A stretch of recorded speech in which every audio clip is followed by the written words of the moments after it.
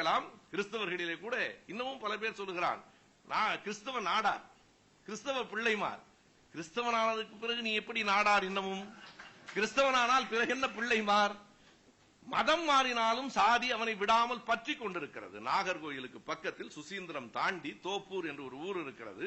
இங்கே இருக்கிற வேலூருக்கு பக்கத்தில் இருக்கிற தோப்பூர் வேறு, அங்கே ஒரு தோப்பூர் இருக்கிறது. அந்த தோப்பூருக்கு பக்கத்திலே ராமச்சந்திர ஆதித்தபுரம் என்று ஒரு சின்ன கிராமத்திற்கு நான் போனேன்.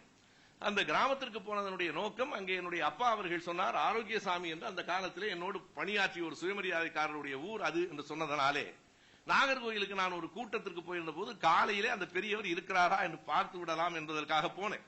நான் போய் அந்த ஊரிலே இறங்கி, ஆரோக்கியசாமி என்று ஒரு பெரியவர் அந்த ஊரிலே இருக்கிறார், அது ஒரு சின்ன ஊர், கேட்டால் தெரியும் என்று கேட்ட போது அவர்கள் திருப்பி கேட்ட முதல் கேள்வி என்ன தெரியும்? அந்த ஊர் முழுவதும் கிறிஸ்தவர்கள் தான். ஆனால் அவர்கள் என்னை திருப்பி கேட்ட கேள்வி, ஆரோக்கியசாமி பெரியவரா, அவர் உடையாரா நாடாரா என்று கேட்டார்கள். நான் கிறிஸ்தவரை தேடுகிறேன், அவர்கள் உடையாரா நாடாரா எதற்காக கேட்கிறீர்கள் என்றால், அவர்கள் தெளிவாக சொன்னார்கள், இந்த சாலைக்கு இந்த பக்கம் இருக்கிறவர்கள் எல்லாம் உடையார்கள், அந்த பக்கம் இருக்கிறவர்கள் எல்லாம் நாடார்கள். அங்கே ஒரு சின்ன ஊரில் 2 மாதா கோயில் இருக்கிறது. நான் போய் சொல்லவில்லை, 2 மாதா கோயில் இருக்கிறது.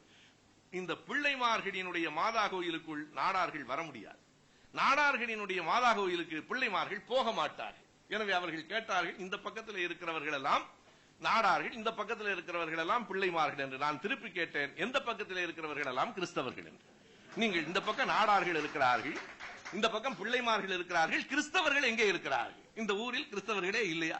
உண்மையை சொன்னால், ஜாதியை சொல்லிக் கொண்டிருந்தால் நீ கிறிஸ்தவன் இல்லை, ஜாதி சொன்னால் நீ இஸ்லாமியன் இல்லை, ஜாதி சொன்னால் அடிப்படையில் நாம் மனிதனே இல்லை. ஜாதி என்பது நம்மை மனிதனாய் அங்கீகரிக்கவில்லை. எதனால் கோபம்?